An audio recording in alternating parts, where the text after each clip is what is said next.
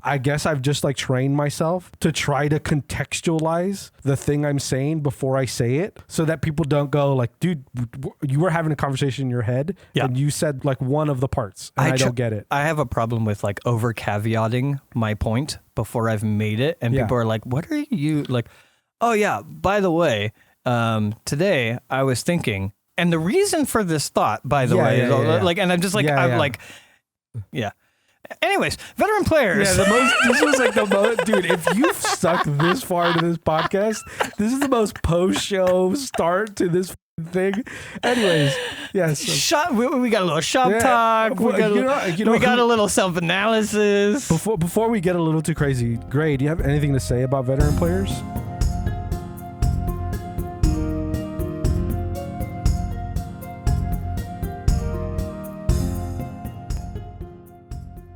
Welcome to Take the Damage podcast by Unfortunate Ones. I'm Sov.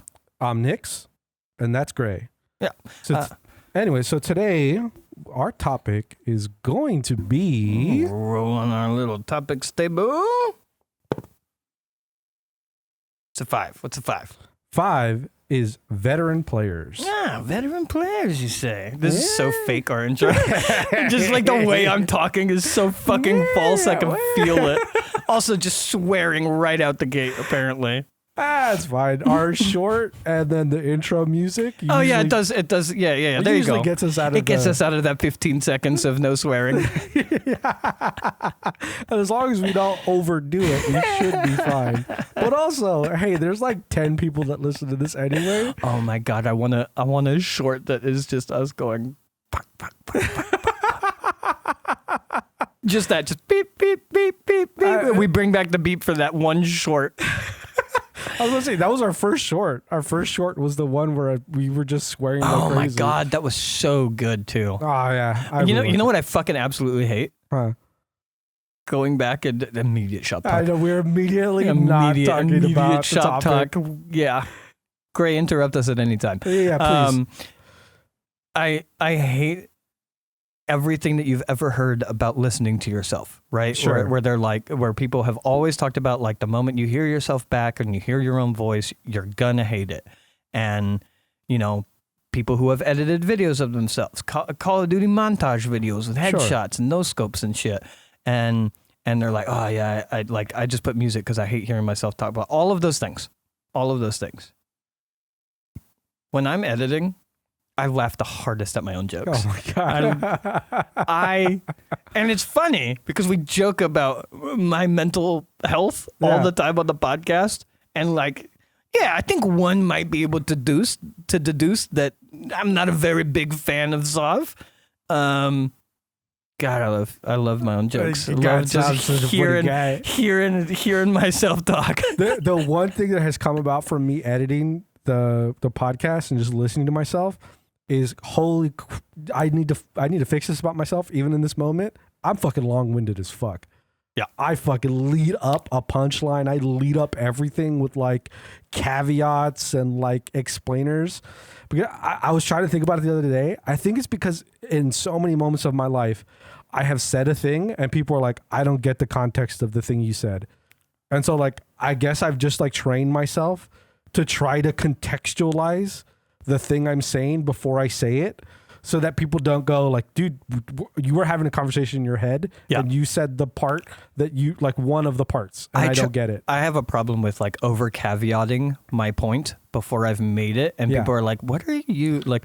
Oh yeah, by the way, today I was thinking, and the reason for this thought, by the way, like, and I'm just like, I'm like, caveat before I ever get to the point, and people are like waiting for what it might be, and then it just gets lost, and they're like, yeah. Anyways, veteran players. Yeah, this was like the most, dude, if you've stuck this far into this podcast, this is the most post-show start to this fucking thing. Anyways, yes. We got a little shop talk. We got a little self-analysis. Before we get a little too crazy, Gray, do you have anything to say about veteran players? Well, I was thinking that we would start off with like the first half of the show being relatively like positive talk, because there's a lot of good things that we've all experienced at the table about having veteran players at the table, the biggest one for me, especially having Gray, you, and Nix, having you guys at the table has always helped me because, and I tell all of my players this, I do not have the rules memorized. Yeah. I am a storyteller through and through. Sure. I come at this with like a writer's approach. I am great at improv. I like to think at least. I have fun with voices. All of those things, thumbs up. Remembering what was said in a book that I half read one time. Yeah. What? Especially when it comes to like spells. I have no idea. I always, like, anytime anybody's going to cast a spell, I'm like, yeah, can you put that in the chat for me? I need to read that for the first time in my life. Oh God. I mean, the extent to which, like, I have some very minimal knowledge of like the actual like fully written out parts of spells. Yeah. But like, yeah, I don't have fucking spells memorized. It's crazy to like. There's so many features. There's so many subclasses, so many sub-races. There's like 88 or something like that species now. You put something recently, the level 20 wizard, the terrible wizard in the Discord. It's such a bad wizard. You put that in there, and there was a couple spells as I was reading his sheet, and I was like, I've never seen that spell in my life before. Yeah. Like that's got to be new 2024 spells. Like, yeah, just because like I've never seen that spell ever. I was like, what the fuck spell is so that? powerful. I tried to give him only like destructive spells and whatnot because his modifier to hit is like a -3. You mean like AoE spells? No, like attacks. So like spell attacks, spell melee attacks. That's what I. So that when he tries to hit or saves, because his save is he's level 20, and his DC for all of his saves is 11. Yeah. It's ridiculous.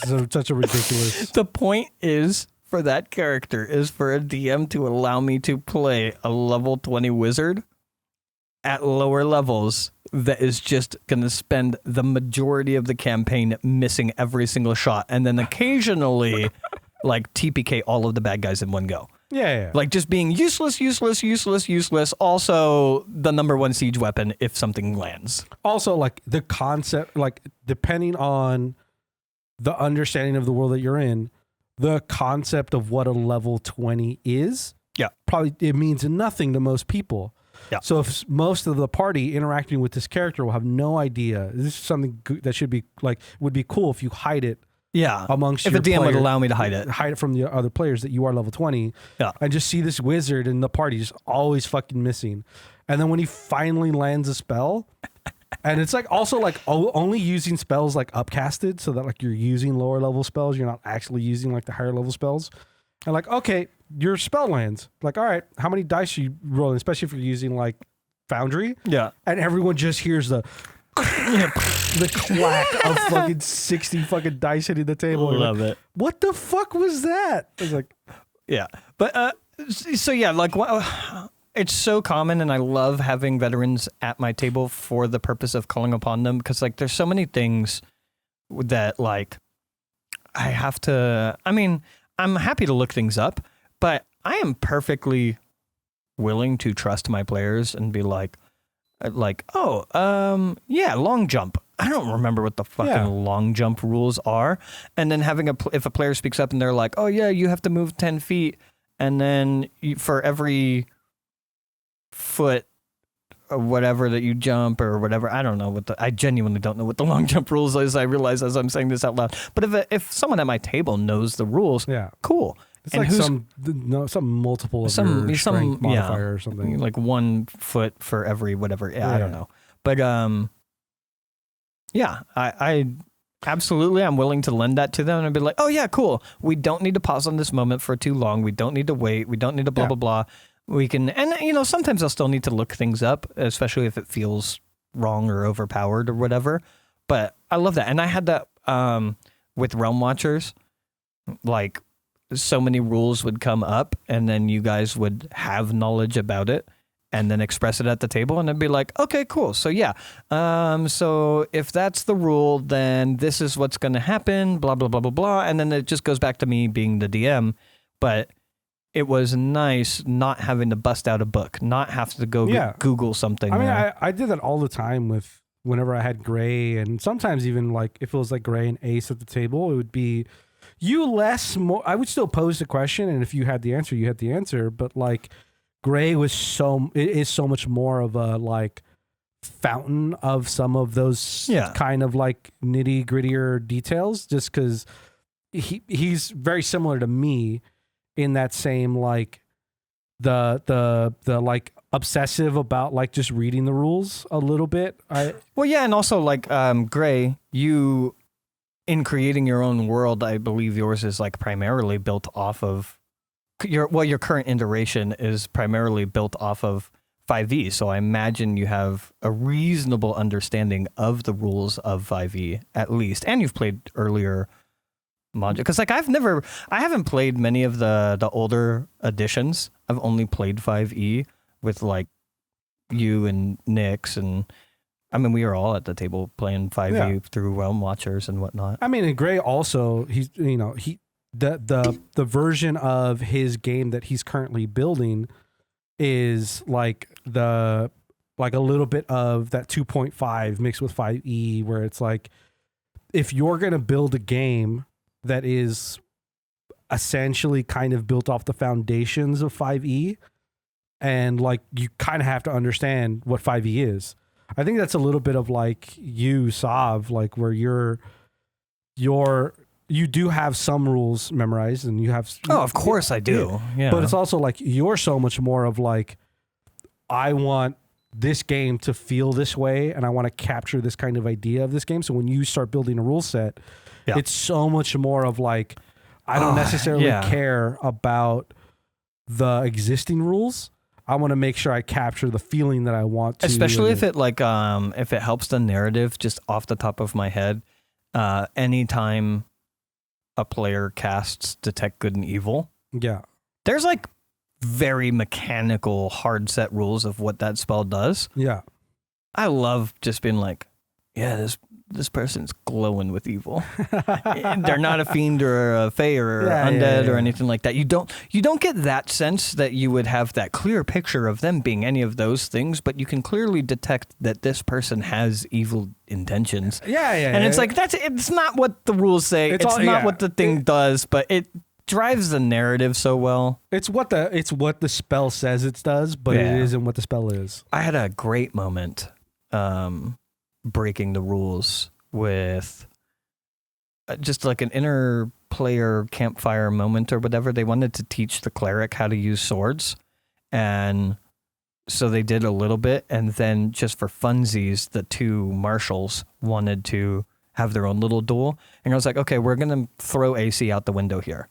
You guys are both gonna make attacks, and the higher attack wins the bout, but kind of like a, what's it called in ping pong when you go back and forth a lot of times? Rally.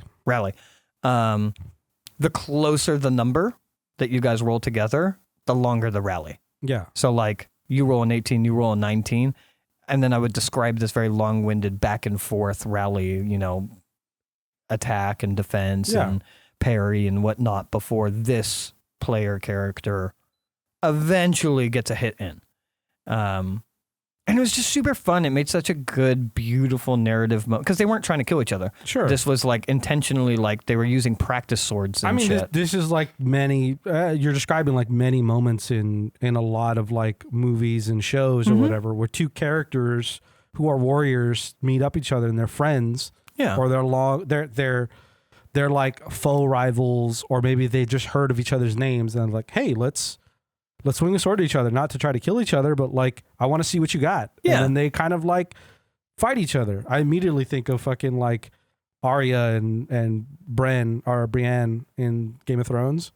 Like when they first see each other and they like fucking swirl around each other. It's like, yeah, it's a good moment. Like it's a fun little like thing where you see warriors kind of like show off. Yeah. And this was like intentionally that, but that's breaking the rules, and like the players could have got, I did it with permission, but the players could have got upset because they're like, well, my whole thing is a high AC. I'm not that heavy a hitter. And it's like, yeah, but also we're doing something stupid right now. Who cares? Yeah, this is more of a fun, like a fun mechanic to build a storytelling moment than anything. Yeah. But like even speaking a little bit kind of towards something you said earlier that started this conversation, which is like I often lean on veteran players to help other players kind of like, especially newer players, make decisions about what their characters are doing. Because sometimes I've had it where it's not that there's necessarily hesitance, but especially at a table, it's I'm kind of talking to everybody.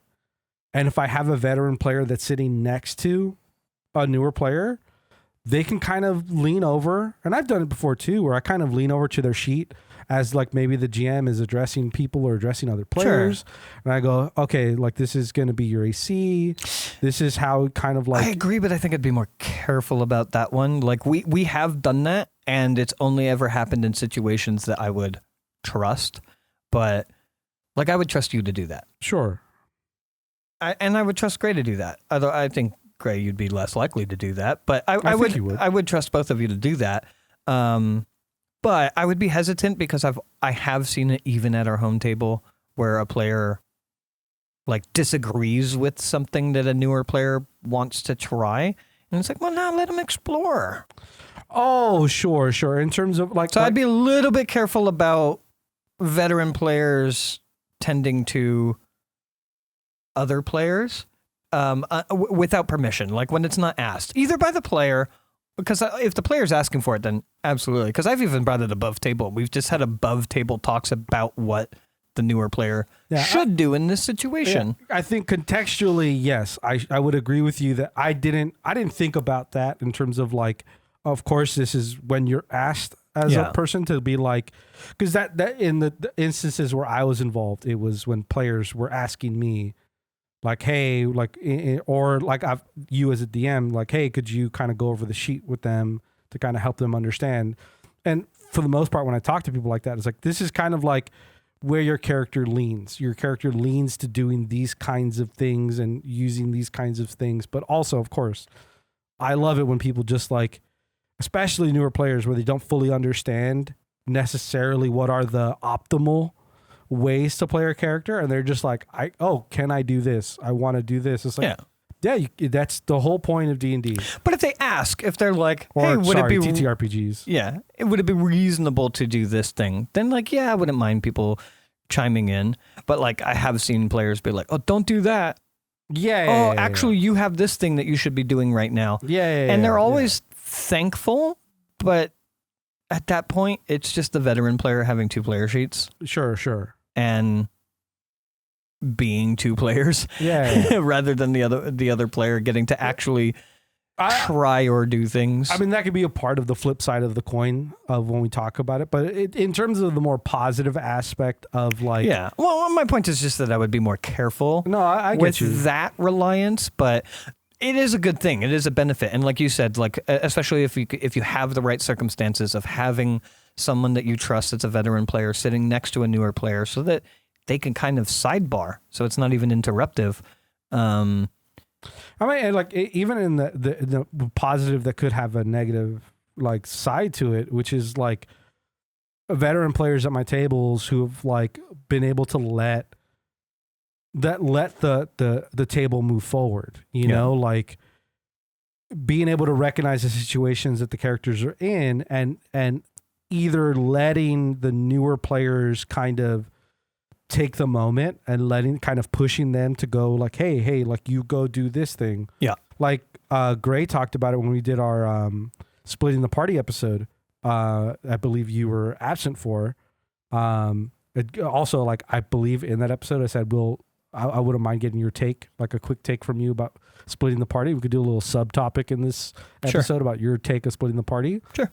But Gray was talking about like he loves being that leader role and he loves splitting the party and he likes getting the newer players or the players who are a little bit more shy and having them take lead in like a split party moment where like, hey, I'm the leader. I'm not making you directionless. This is a thing that you're doing. I'm making you in charge of doing this thing. Go do it. So now that player has a moment. Yeah. That player has it where they essentially have a one-on-one, quote unquote, one-on-one with the DM where they get to just play. I mean, That's where G&G fell apart. No, not fell apart. The party split.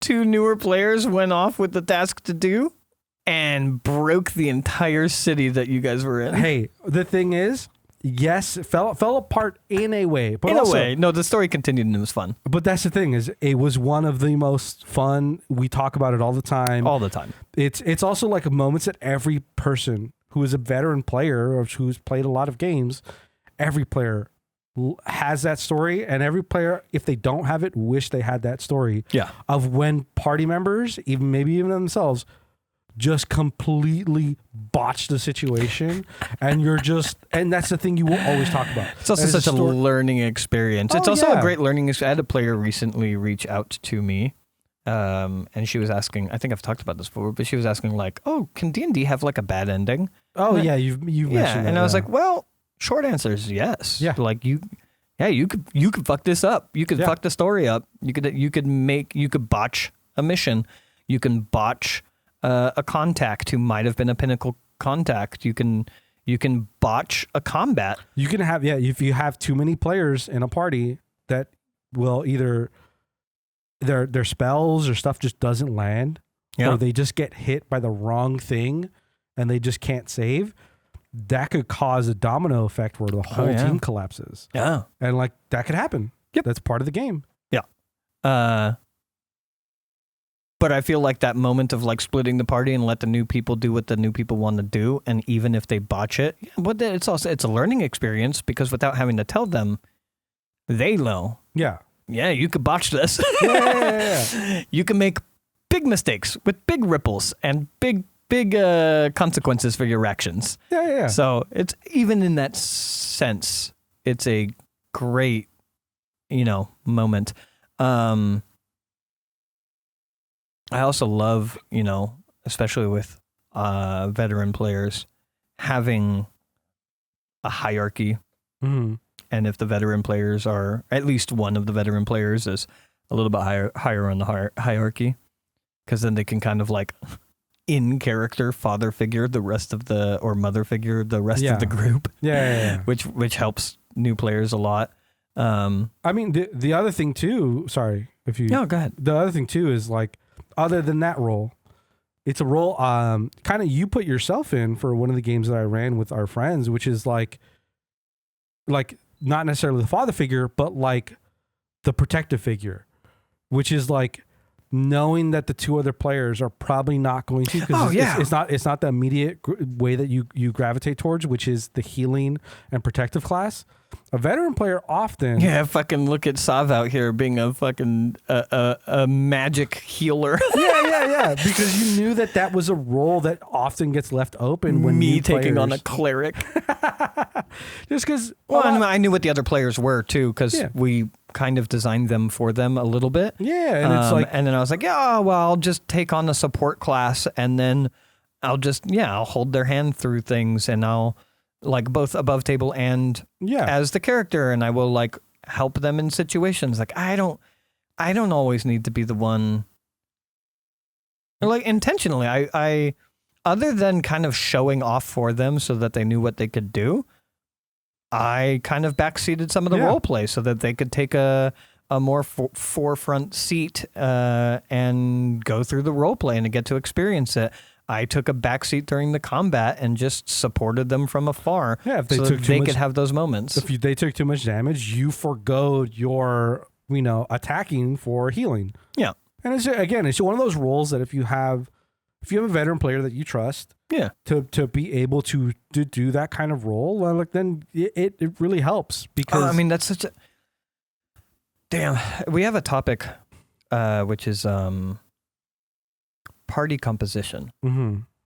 And overall, when we get to that topic, my opinion's going to be, I don't care. Yeah. I really don't. I had a game where I have a game where 2 of my players are playing sorcerers, and I tried to convince, because I already had 2, I tried to convince everybody else to be a sorcerer. I don't care.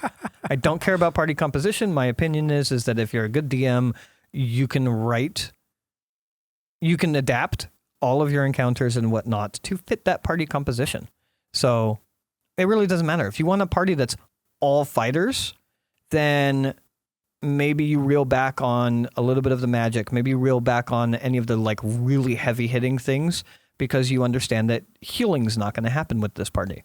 So you make encounters where healing is where you can win without healing. You know what I mean? Or you make your world access to healing stuff is a little bit more also a possibility. ready. Either way, it's a DM adaptable thing. So my opinion when we get there is going to be, I don't care. But an interesting thing to talk about that works into this topic would be a part where I would care is where like veteran player roles. Yeah. And I think not that I would push, a veteran player, especially at a paid table, but in any table, a veteran player is also there to have fun. Yeah. And everybody has their own opinions of what is fun. I feel like me and you absolutely do not care. I don't even care about making a character. Give me a pre-generated sheet of whatever you think you need fitted at the table. You could even give me the backstory. I do not care. I will fall in love with this character through my acting of the character. Sure. So if I could have a preference, you hardly ever would because everybody wants to make their own characters. Everybody has their own idea of the fun. But if you could, I would say putting veteran players in support roles. Oh, beautiful. Because then they are like built in to the table to help the DM. Yeah, I mean, for the most part, it's at least my opinion or my goated veteran players are not where you have to ask. It's not a matter of like, totally. Hey, could you fill this role? It's they see it. Yeah. They understand what like could potentially be missing, quote unquote, in the rest of the party, where they see everyone like, oh, this person's a fighter, this person's a ranger, this person's like, we're kind of missing long range, we're kind of missing healing, we're kind of missing the tank, the frontline tank. Yeah. So like, let me fill in some of these roles. Let me like, oh, I had this idea, but also I'm going to play again. I'm going to play this game again. I mean, it doesn't even have to be like in the traditional sense of being supportive either. Like if you know that you got a bunch of squishies at your table and you're a veteran player, you could do whatever you want. You could be a support class. You can be a healer and heal them and whatnot. Maybe they need that. But also you could play as a marshal, let's say a barbarian or a fighter, who, as a character, so we're not really talking about the class right now, as a character, is very protective. Yeah. So you got your squishy. This is actually a character that I've been thinking about really wanting to play. I love playing sidekicks. I don't know why. It's such a weird thing because a lot of people's fantasy is to live out being the main character. And I've talked before about TTRPGs building an environment where you accidentally have that main character syndrome thing going on. Yeah. I love playing sidekicks and I don't know why. But I would love to play a character that's just a big brooding knight and follows around a squishy player. Oh, and, yeah. And like, I owe my life to that character. Yeah, playing the mama bear. Yeah, Like, that's why I'd I'm love here. that. And like basically be a tool so that the squishy can have intimidation. I am their intimidation feature where like they can go up and talk to people. And if they say the wrong thing, yeah, but guess what? Dad's standing behind them. You know what maybe might have a little bit to do with that. Like, this is just me taking a wild guess. Is you loved BioShock and the Big Daddy character? No, I thought you liked BioShock. I thought that was one of your games. I think I've only ever played one. Oh, BioShock really? game. Yeah, I thought I you don't were a even big think fan I of it. finished it. Oh, really? maybe But that is was your brother. But that is very much what I'm talking about. But yeah, a Big Daddy character. Oh, Big Daddy? Yeah. Oh, yeah. 100%. That's 100% what I'm talking about. Yeah. I also like that doesn't matter. But I mean, that's still taking on a supportive role where you're playing a marshal whose purpose is to follow around all of the squishies and just be the meat that they need and be the intimidation that they need and blah, blah, blah. So that you're still taking on that. I guess a sidekick would be equally a supportive role. Yeah. So like, having veteran players take on a sidekick or a support role, a supportive narrative role, I think that would be my preference if I had a preference about player composition, because that's just so it'd be so easy to lean on that character. Yeah. To be able to help the other characters. Yeah. I mean, it's another great use for veterans. Yeah. I mean, I again, like I said, I rely on the veteran players that are on my table to just fall into that role versus like asking. Yeah. So it's just like, it's a huge part of it. It's asking for those questions to, like, hey, any kind of rules thing at the table. Like, sometimes I'll do a thing or players will ask and I'll turn to Gray and I'll turn to Sov and I'll be like, oh yeah, what, like, oh, is there something I'm missing about this rule, or is there a finer detail about this rule? And then they're like, no, yeah, that's the way it works. And I go, okay, cool. Or like, again, it's if I'm starting my own little narrative, I'm talking to this player and, some of the newer players are scratching their head and they seem confused about how something works on their sheet. The veteran player just leans over and goes like, hey, do you need help with this something or whatever? Hey, Eldritch Blast. Yeah. So yeah, I mean, it is, it's always nice, or at least for me, it's always been really nice to be able to have the veteran players that I've had at the table. And for when I first started, it was only Gray. And then as soon as you, Sov, started getting really into the game and started really getting into stuff, when I started doing things, it was relying on you too. It was like, it's so weird thinking about how many rules that I've picked up from not reading them. Yeah, just playing the game and having like instances where stuff happens. Again, that's part of being a veteran player at the game is so like you said, you don't even necessarily have to have read the rule book. It's just you just had a bunch of instances where something has come up. Well, every single instance where you guys were that veteran player that I leaned on is instances of me learning the rules. Yeah, at least a use case of how something could be applied. Yeah. Gray,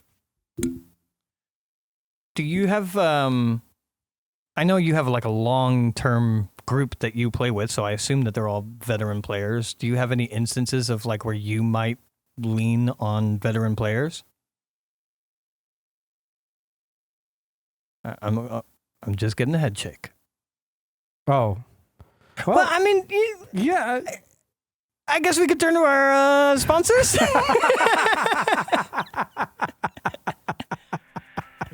This isn't Gray's topic.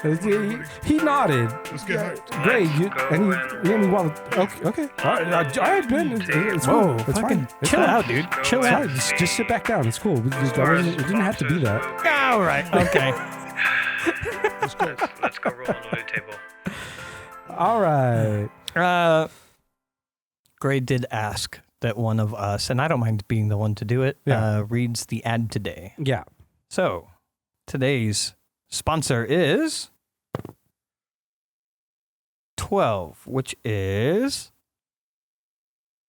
Bobadoc's Sleep Beans. Yeah. Has this ever happened to you? You wake up in your adventuring party's castle, you doff your armor, your nice, lovely plate, you sharpen your sword, you step out into the corridor to meet your fellow adventurers, to go out to slay the dragon and steal its hoard. But where are they? Well, you go door to door, and it turns out they're all still asleep. They didn't sleep the night before. How unfortunate. Is this a common occurrence in your adventuring party where your players are unable to navigate their circadian rhythm, getting them constantly late for activities? Have you ever been to the local blacksmith and the sword that you've been waiting weeks and weeks for isn't ready because, quote, I didn't have time, I've not been sleeping well? Yeah. Well, Bobadox has something for you. Bobadox Sleep Pills, a magical pill that you can take that comes in various levels, which, Nix, I believe you have a little bit of a write-up on that you could talk about, in order to aid you with sleep, whether it's to fix your circadian rhythm, whether it's to sleep off an adventure that you had the night before, or whether you just want to get rid of those dark, dark dreams that you're having late at night that keep you up. Yeah, Bobadoc sleep pills. They offer various enchantment levels.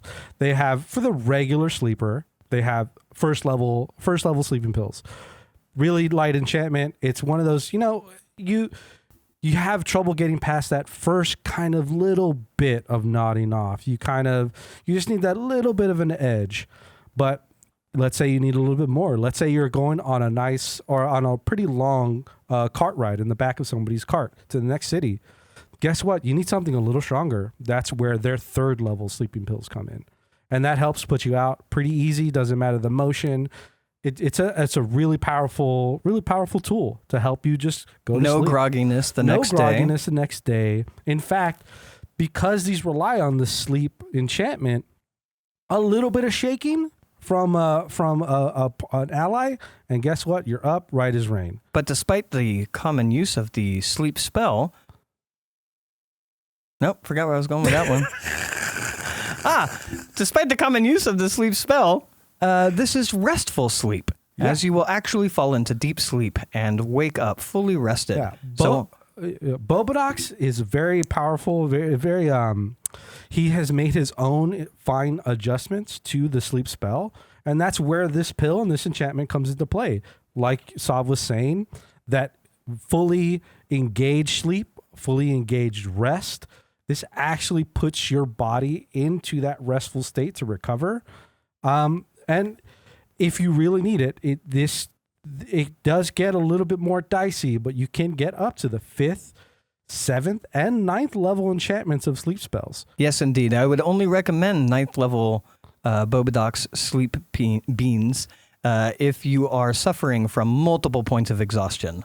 Otherwise, maybe save it for another day. We went back and forth of pills and beans because I think you said beans to open, and then you said pills later. And I was like, well, all right. Look, try to pivot. here's the reality, okay? Add over. Here's the reality. Bobadoc's, great product. Great spells or great enchantments on what I can only assume are lima beans. I have no idea. Yeah, I think Not so. a big fan of the flavor, if I'm being honest. But they're not actually paying us directly in terms of currency, though I do believe you did try to swing Electrum. I did. I always do. Rather, we have made an exchange for a lifetime supply for Gray in order to be able to sleep and properly attend the podcast to get his hands on some Bobadoc's sleep beans. Yeah, we ordered the 9th levels. He's gonna need It's those. going to be 9th levels probably every time. Yeah, he's right, Gray? Veteran players. Well, before we jump back into veteran players, just to have a little bit of a moment Yeah. with trying to go back to what Splitting the Party episode was. Do you have sure. Do you have just a little bit on your opinions of Splitting the Party? Yeah, sure. I'll try to make it short and sweet. Overall, my opinion is splitting the party within a city.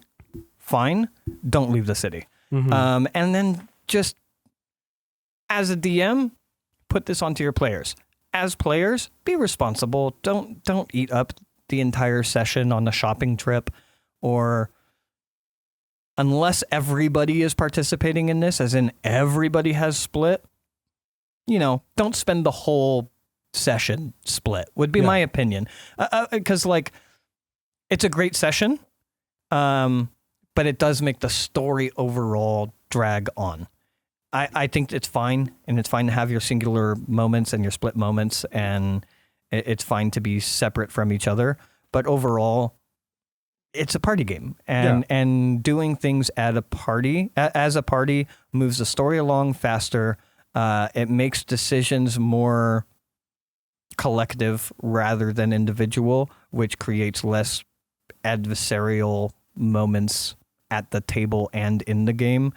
And then also, it's great to have your own narrative, but, as best you can, everybody push away from that main character syndrome a little bit and realize that, it's a party game. And while you could have your nice little moments, make them short and sweet. Otherwise, do things as a party. Yeah. It's designed to be, and I'm sure your DM has designed it to be, interactions making sense for a group to be there. And that's what's going to move the story along the best. I think it's great. I've had wonderful moments, both as a player and as a DM with a split party. But we've had fucking terrible moments in G&G. You literally spent a whole session riding a horse. And it's because I allowed the party to split. And in one session, the party split, they went and did something, and we've jumped back and forth between them and your character, while your character went and did something, and it is a great moment that we remember forever. It impacted the entirety of the game, the story. It was wonderful. But the following session, you literally spent the whole session, we jokingly snapped back to your character, and it's like, yep, you're riding your horse. And it just, like... because time was important, and time is so often important in a D&D campaign. Especially when the other party is in combat, where time becomes very elongated. Yeah. Yeah. Especially, yeah. Oh my God. So that would be another stance that I have is recommendation for a DM. Unless you have multiple characters involved, don't do a combat during a split. And I think if you've got like half the table over here and half the table over here, it's okay. Design the combat to be as quick as possible. I've had that happen. And because the players are doing things, they made decisions. The decisions had consequences. A battle happened. But because there was a lot of players there and elsewhere, I was able to jump back and forth between the combat, a couple, 1 or 2 rounds, and then RP and narrative of what's going on over here.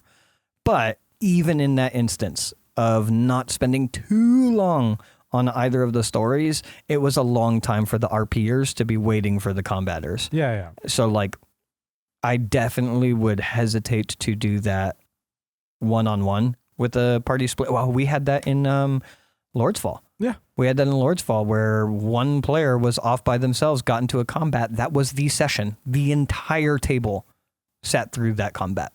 It was doing nothing, not playing the game. It's combat, and there's also another instance where the player was shopping. Yeah. Yep. Yeah. It can. There are situations where you have to be just kind of aware of what your players are doing when you're splitting the party. Oh well, the combat I don't blame them for. That was like an accident that just happened. I mean, don't get me wrong. It was still player consequences, but it wasn't the aim, right? Yeah. It wasn't like actively wanting the combat to happen, but it still did happen. But I don't blame the player for that. Sure. But same player, there was shopping. Yeah. And that was intentional. Fuck you, Ace. Yeah. I mean, I was just waiting to name him. God, I hope he listens. I might make that the short. But we talk about that particular moment and other things like it in the episode about splitting the party. I just wanted to get your quick take on it. And my blanket statement is splitting the party in the city, no problem. Don't leave the city. Yeah. Cool. Yeah. I mean, speaking about veteran players, that particular instance is something I wanted to bring up in terms of the what could be a potentially negative side. One of the potential negative aspects of a veteran player and having a veteran player at your table is that instance of Ace going, doing his own thing, getting his own little combat. There are times in which a veteran player might tell you a rule of something that you don't necessarily question, or you just kind of go with it because like, okay, whatever. But sometimes it can get a little ridiculous, and sometimes you can immediately tell, like, oh, you're just trying to get out of the situation. Are we just shitting on him now? Well, I was going to bring this up earlier in terms of like, because I did think about it earlier. Yeah, go ahead. It's just Ace in this combat decided to run up a tree and like hide. And he was a wood elf. And so he just said, hey, DM, my name. Like, do I get advantage for being in this tree? It's like, well, why do you get advantage? No, you just said I have advantage. Oh, I have. Sorry. Do I have advantage to stealth? And you were like, why do you have advantage? Because I'm in a tree. Because I'm in a tree. Why does that? Because I'm a wood elf. Because he's a wood elf. Like, that's. It's like, what are you talking about? And then that was one of those moments where like, that is my veteran player. But I also did look over to my other veteran player to Gray at the table, and he's doing what he did now, which is just what he is doing now is just nodding his head, Shaking his head. That's no. not it. And I was like, okay, so I that was one of those moments where okay, now we have to get off of the game. Just to be I have pedantic. to go to the rule table. Just to be pedantic. Nodding means yes. Yeah. Shaking means no. Sorry, shaking. Sure. And then I had to go to the rule book and look up what the hell he's talking about. And what he was trying to refer to is the whole environmental thing with rangers and with a wood elf is like. I think what he was trying to do was ask you if it would make sense for a wood elf to have advantage. No. It just wasn't the presentation. Well, yeah, I mean, I don't know. Because there was no direct feat 2 drawn, I don't believe. I think it was something to do with hiding. If you're in the environment, lightly obscured or some shit. If you're in the environment that's associated with the wood elf, they have advantage for certain things, or they have like a boost to be able to do certain things. I forgot exactly what it's called, but there's something somewhat related to it. But it was if he was in the woods, in terms of like if he was completely surrounded by trees and an environment. Oh, if he was he a ranger? Sorry, I said ranger, but I think it was. Because what you're saying makes sense for a ranger in their chosen environment, I don't think it's advantage. I think that's what it was, and I think in that moment he had confused the wood elf and ranger and where he got that ability. Yeah, because I think he said he read something on his sheet that said he had something like that, and I was like, okay, whatever. And it was like, you're in the middle of a city, and it's imagine going to your local city in the park, and there's like trees sticking out of the concrete. And it's like every 10 feet there's a tree. It's like that's the tree he was in. Yeah, also, he saw you go in the tree. Yeah. He was following you. You went up a tree and you tried to hide at a branch. And it's like, this isn't exact. Like I can get that there's some level of, players not fully understanding the environment that they're in because this goes back to be fully our painted. Whole conversation about like just. 2 conversations. 1, just eat the loss. Yeah. And 2, I think just people's different perspective of D&D, where it's like, I'm doing a thing. The DM should be lenient enough for it to just work. It doesn't matter if it makes sense or not. Sure. And in a loosey-goosey campaign, yeah, sometimes, but also like. If your DM tells you no. Yeah, I mean, if your DM tells you no, and there is like, I can understand as a player, and let's say you are a veteran player, so you know a lot of the rules, and this shouldn't apply. There's some wiggle room to be able to be like, oh, you can argue your stance a little bit to be like, I would never fault a player to be like, hey, if I say, hey, that doesn't work, I don't think you should be able to do that. Or like, no, I don't think you're going to do that. And then as a player, you go, well, I think it's like, okay, I'll listen for a little bit, but also like the rest of the, like to be mindful of the other players at the table and to also just kind of let the game move on from that point. Eat a loss, especially if you're fighting for something like you're not getting advantage for something or you're not getting a little bit of a boost. I could see you fighting a little harder if like your character's about to die. To go down. When someone's not giving you extra, when your DM's not giving you extra that you're demanding, that's a whole different situation. Yeah. If you're asking for more of an advantage in the situation, then to me it's like, okay, like you should understand what it is that you're doing. You're arguing to get ahead, like a leg up on the situation. You're not arguing to like preserve your character in any way. You're kind of just arguing to get like a +2 in the situation. It's like, you could eat that if your DM is like, eat it. Hey man, I don't think that's how that works. Yeah. And again, it's for the most part, the DM is the god of the world and is the one who's deciding exactly how the world is being shaped and formed. And you as a player can choose whether or not you want to continue in the world that the DM is If it's a situation where like you don't mind losing players, like, yeah, you know what? Just give them the advantage and then fudge your dice. It's easy anyway. Don't argue. He rolled well. You got past your bummer. I don't want to argue with you. Fine, you have a +2. What do you got? An 18. Cool. All right. He's easier. We talked about a little bit. We touched on, but I think enough about veteran players potentially overstepping when advising people. And now talking about, you do got to check every once in a while your veteran players when they talk about rules. Kind of similar subject as the tale you just told.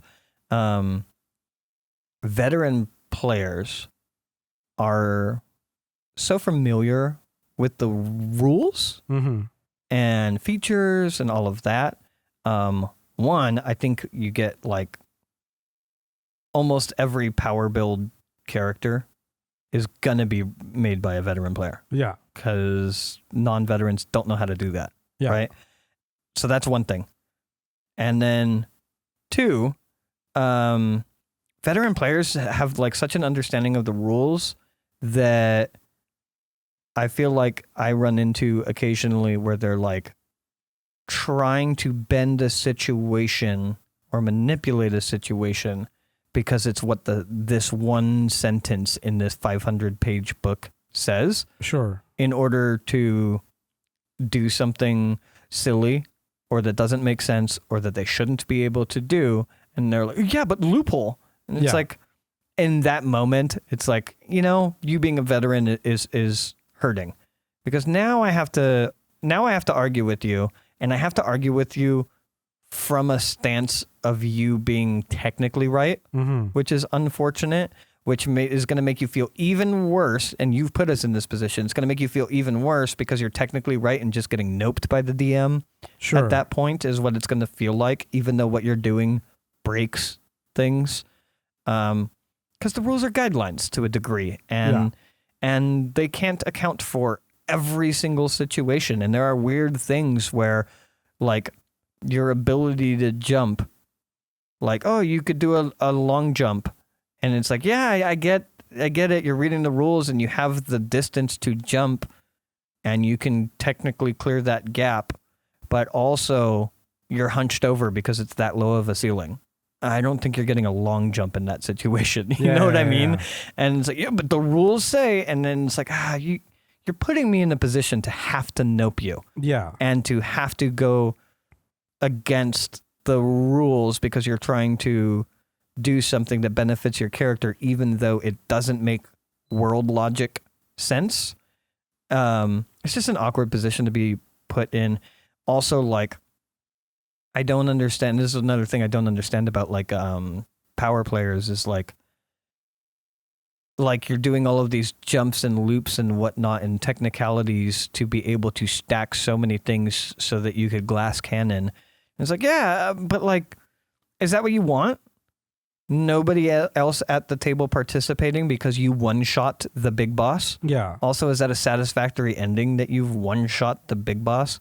I think one of my biggest gripes with veteran players is that they know too much. We've discussed it before, but like it's a happy byproduct. It's not why I do it, but it's a happy byproduct of why I homebrew things, because you can't surprise a veteran player anymore. They run across a dragon and they're like, yeah, okay, so I slash at the dragon, and it's like missing that like, holy shit, there's a dragon in front of me moment. So I homebrew my monsters. Magical items we talked about last episode, where it's like, oh, like you're going through the box of loot and you see a dagger of warning and you're like, cool, that's trash, and then you're just digging in for the more rare items. So I homebrew my magical items, because now anything that's new is interesting. It could be less useful than a weapon of warning, but if it's new, it's interesting, and they want it and they want to play with it.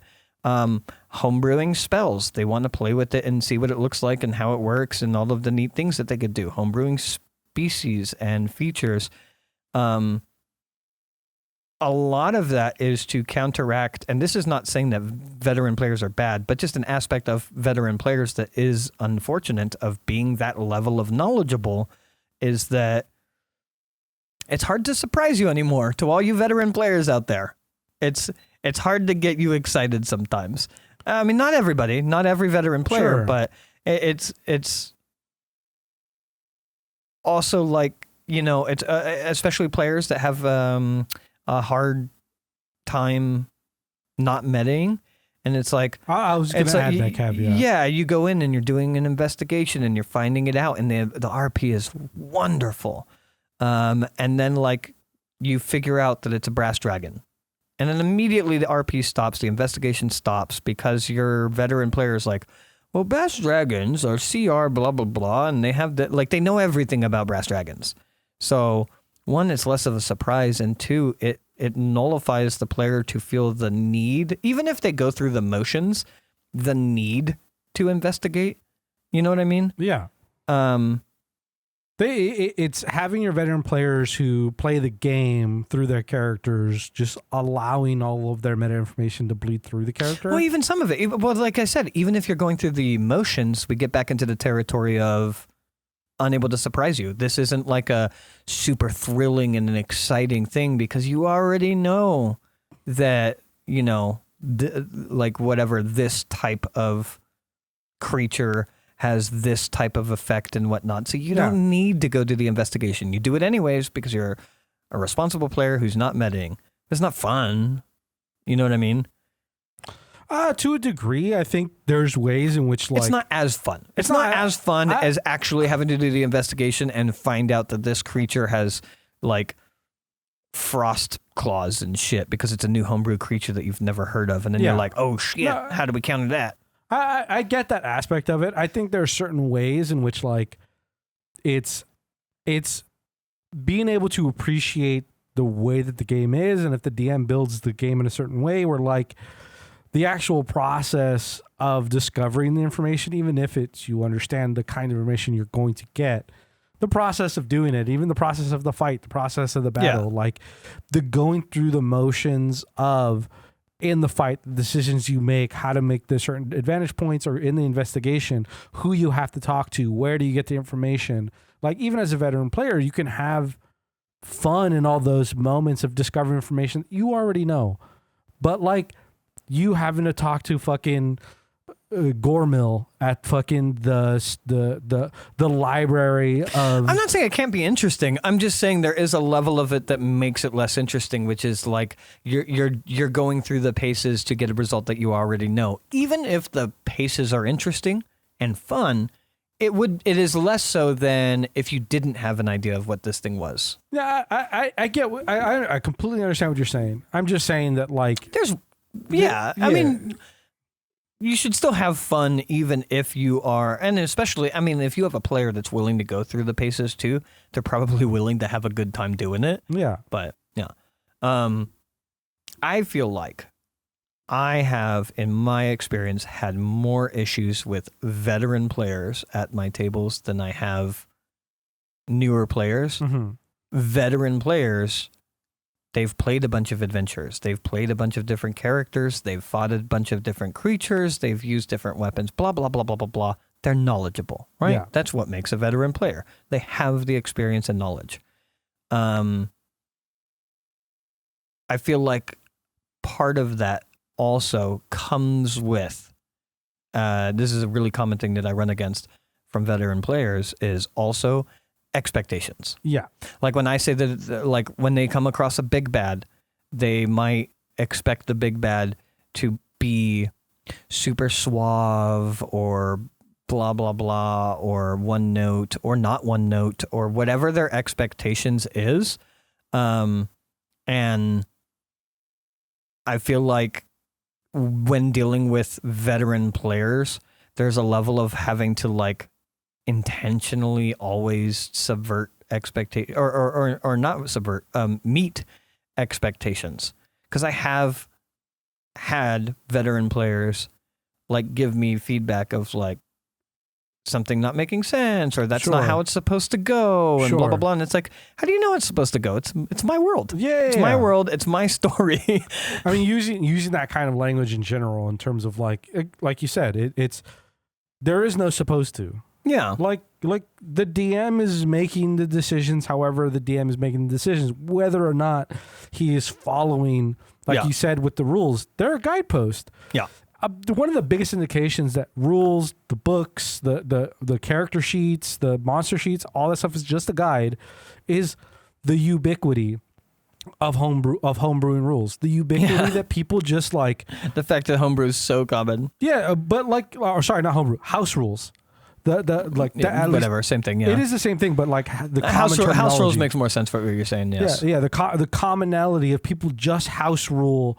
Oh, yeah, I know flanking works that way, but I don't like it. We don't do that. We do flanking this way. Yeah. I know crits are like that, but we do crits this way. Yeah. Or like at my table, crits are this way. And most people, because it's so common, don't even bat an eye at that. Like it's not even like, but. Well, I've been told I have players that have put together themselves a fully martial party, and then they're like, turn to me and they're like, well, if you're going to allow a fully martial party, then you should make healing potions free. And I was like, I didn't do this. You did this. Yeah. Like, stop telling me how to run the, like, I just feel like you get so much more backseat DMing from veteran players than players that have somewhat played the game, or from players that have never played the game. Yeah. In the same vein, like if you had, like, let's say you're fighting a dragon, a brass dragon, and it's like, oh, I have house rule about flanking, about this thing or whatever, and a house rule about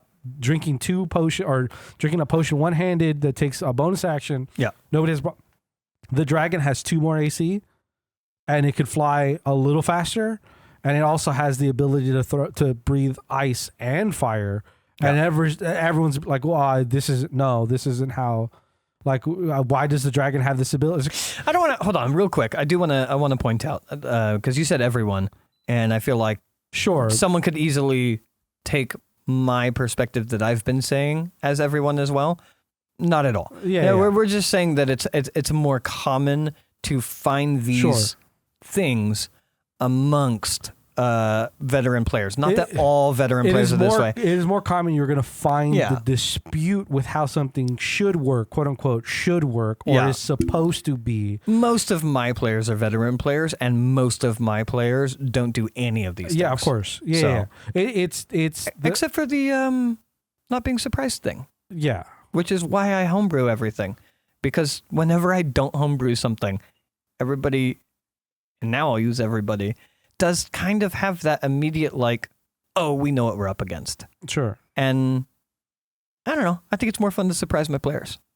I mean, we have that homebrew episode. It is more dynamic, and it is more. There are more opportunities to one, surprise your players, and also to allow yourself to kind of flex a little bit creatively as a person. Yeah. To just homebrew stuff, and even if it is small tweaks and whatever, it just homebrewing does create more opportunities, and in the aspect of like veteran players, you could surprise your veteran players who are way more familiar with more monsters and more monster blocks and how certain things work. If you homebrew stuff, it allows for more of that stuff to open. But just saying that, like, I just wanted to point out that that we're not talking about all veteran players by any means. Most veteran players, most players in general, are not bad players. No, of course not. And not that we're accusing anybody of being a bad player as well, but most of these behaviors are not found in all veteran players. It's just where they will be found is in veteran players.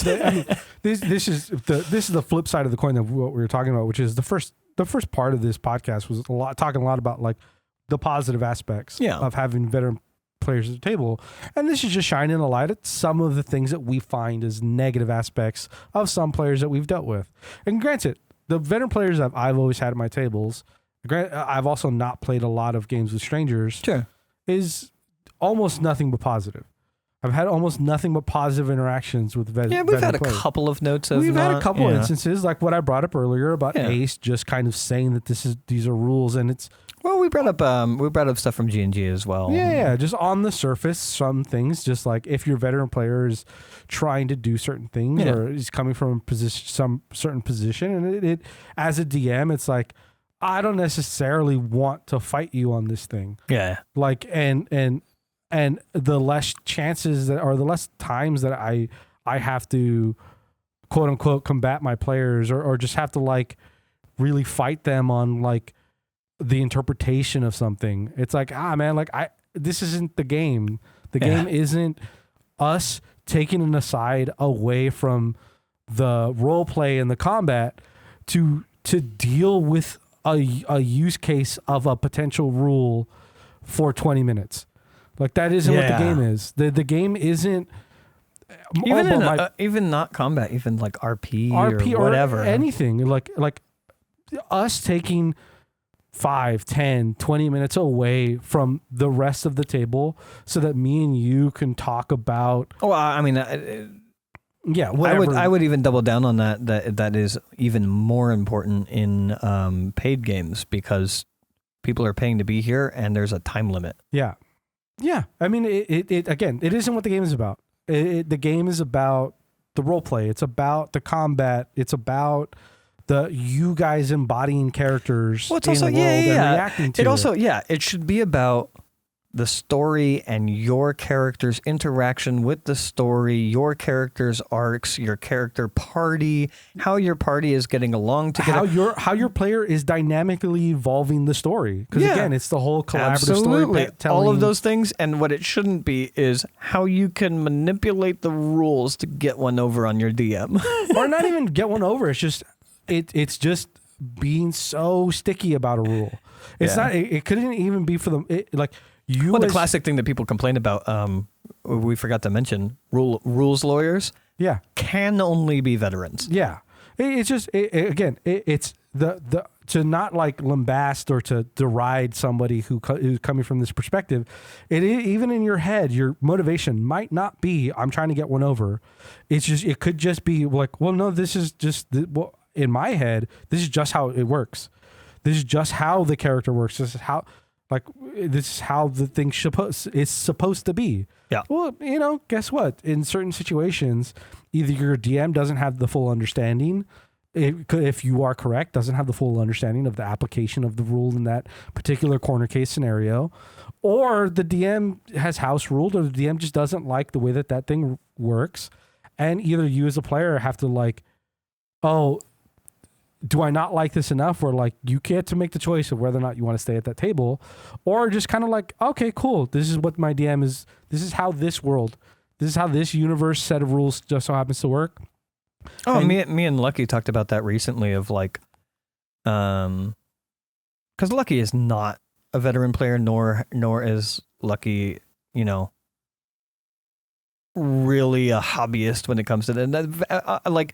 Has enjoyed our games, but overall rather be doing something else a lot of the times. Sure. And Lucky was referring to himself as not a good D&D player, and I was and getting to the bottom of it, I was like, well, honestly, the biggest reason that I think that is true is not in general your play style. It is your unwillingness to let your perspective of the world go in favor of the DM's perspective of the world they wrote. Yeah. Where it really doesn't matter. If you're trying to do something and the DM's I don't think that's how gravity works. And you know for a fact that is for sure how gravity works. Who fucking cares? Eat the loss, move on with your character's story. Because I could see, like you were saying, I could see people arguing if it was the death of their character. Sure. But if it's just a story beat, or if it's just a conversation, or if it's a persuasion check to get a discount on an item from a general store, who cares? Yeah. If it's how the world works in your mind, let the story continue and be able to move on. And we kind of agreed that that's probably, because I actually think Lucky's great at role playing. Yeah. Genuinely a wonderful role player at the table, gets very into his characters.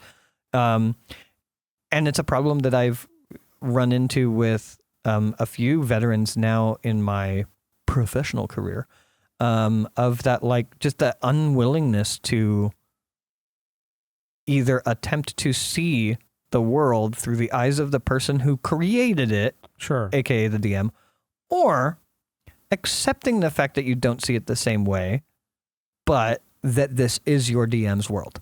So you might not like all of the decisions, but that shouldn't ruin your fun. There's plenty of things that I've never even mentioned to you that you've done in your games that I think are like illogical or like, Sure. hey, that's not how rivers work. You know what I mean? Yeah. And I'm just like, yep, who cares? I'm on a boat in the river. Why does it matter? Yeah, You know what I mean? And like, even to that, even to bringing it to a little bit of something else we saw in terms of like, or we talked about, which is like the veteran players seeing other players at the table, like not going to things to their perspective either. Like the other player is doing things that doesn't make sense to the veteran player, and so they have to mention it. They have to talk about it. They have to say, "Oh, you should be using this spell, or you should be." Oh my God, that's such a line that veteran players. It's the should, I hate supposed. when they. I hate when they go when veteran players go down that line of like, well, no, because anytime you're dealing with this type of situation, what you have to do is blah blah blah, and it's like, what? Why are you dictating what your table does? Yeah, as if there are not multiple players at this table. Also, 9 times out of 10, when I have a player that's like that, it's like, also, you're wrong. Like, I'm hearing everybody talking, and you're the only one with a plan that's going to get everybody killed. All of your woulds, or all of your shoulds and needs and have-tos and whatnot. Yeah. And it's all just in favor of your perspective. Yeah. As you don't lend anything to the DM's perspective and how the story's gone so far. Or the other players. And like, it's so many times where I'll be sitting there and like, like to a degree you can and to the degree you can't interrupt, depending on how it's presented and how amicable it is. Because sometimes it's really, and this is when I think it's often the most dangerous, really amicably presented. Sure. And I'll have a player who presents an idea. And now, kind of like we talked about last podcast, I'll be sitting there in my head like, yeah, kid, get it. That'll work. Do that. That's a great plan. And then I'll hear the veteran player, oh, no, you can't do that because if this is true, then that will blah, blah, blah. And then we're all going to die. What you should do in a situation like this, blah, blah, blah. But they present it in a really amicable way. And it's like a back and forth or whatever. And they totally talk out the idea from the other player. And it's like, their plan would have worked. But you can't say that as a DM because you can't tell anybody that their plan's going to work because they have to play through it. But it's like, like if it's overt and aggressive and rude, then you could be like, hey, don't tell other players what they can or can't do. But don't just shoot down other people. Yeah. But if it's done in a very friendly way that everybody's like jovial and having a good time at the table, then like it's really hard to step in. But you can still see it as the DM, and you're like, no, their plan was fine. Yeah. There was nothing wrong with that plan, and you poo-pooed it, oftentimes because you have a different plan, but you're presenting it with have-tos and needs and calling upon your experience. Yeah, there's a difference between, because there's a difference between amicably presenting a have-to, should, supposed to, versus just, you could just argue your point. This is your plan. This is what you... That's totally fine. Yeah. You think this is the way that the party should go about doing it. But that's totally fine. That doesn't bother me at all. Yeah. And that I would never fault a veteran player for other players listening to them when they are just genuinely within reason presenting an idea. Or they're like, their character, for whatever reason, is like more methodical. So while the rest of the party is like, hey, we're more powerful and we have more numbers. Let's just go bust down the door and murk this dude. And then the veteran player is like, we could. I think if we like snuck around and surveyed the situation, we might be able to catch them out by blah, blah, blah, blah. And like just genuinely presenting their idea. And even if that sways the other players, I still wouldn't blame the veteran for that. Like, it's not their fault that people look to them as someone with experience. And they're just presenting ideas and trying to have fun at the same table. That's fine. That's not how that works. Yeah, this is how you're supposed to do it. Yeah. You have to do this thing. Your character only works by doing it this way. It's a lot of that, like, oh my God. When players tell like, other players that this isn't necessarily a veteran thing, but when players tell other players that like their character wouldn't do that. Yeah. Actually, I'll lend it back to veterans when it's because of a rule or a species trait or a background or things like that when it's based off of the book and they're like, well, you're a bard, so you wouldn't have that opinion about magic. Yeah. And it's like, fuck, you know about my character. Yeah. Yeah. You know what I mean? Like, or like, yeah, you're an elf. Your character wouldn't be so friendly to this person, and it's like, yeah, but why? Why is that a thing? It was like, well, because of the lore in Forgotten Realms. Why? Why is that a thing? That like my world isn't based on Forgotten Realms lore. Like maybe it has slivers of it. Maybe I use the weave. Even if it but is, that doesn't, again, DM, adaptable. If they're saying they're playing an elf and they've been alive for 200 years and they walk up to a dwarf and they are friendly and you're using pre-established lore where there is tension between dwarves and elves, like Tolkien style, right? And then, like, rather than that player saying something like that, maybe the dwarf is caught off guard and they're like, oh, I didn't think I would get such nice ideas from an elf. Yeah. And then it's like an interesting story point. But to just like nope another player because you know something or you think you know something. Yeah. Because I've seen that. Yeah. And Yeah, like, I mean, it's just... your character wouldn't do that. Who the fuck are you? Yeah, again, because it's the what we talked about at the beginning is just like when you as a DM ask your player, hey, how is this supposed to work?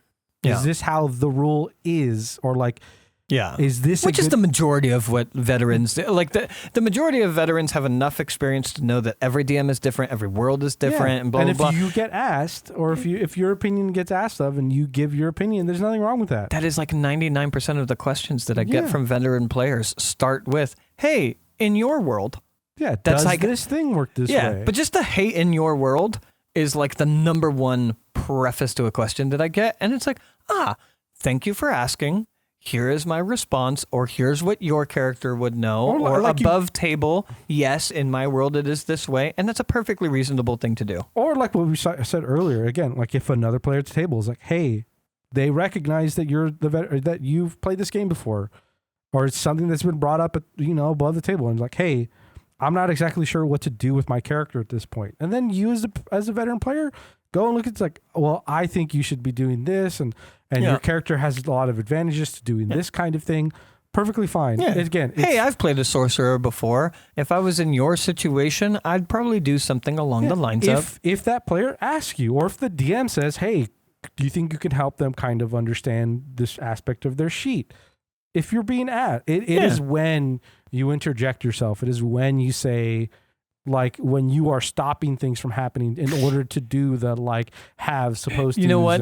To bring it back to a point off microphone, it's when you hard stance. Yeah. It's when you hard stance is that there's a problem. Yeah. And that's kind of all of D&D. Anybody, veteran, newbie, whatever. If you are a player and you hard stance, how something should work, how something should happen, how a narrative should be told, or anything regarding backseating a DM, or anything regarding backseat playing someone else's character. If you hard stance anything, you suck. You just make it more difficult to like do things. Gray. Any amongst your veteran players in your campaign, or various campaigns that you've been playing with your group for ever so long, any gripes with any of the more veteran players or veteran DMs within your group?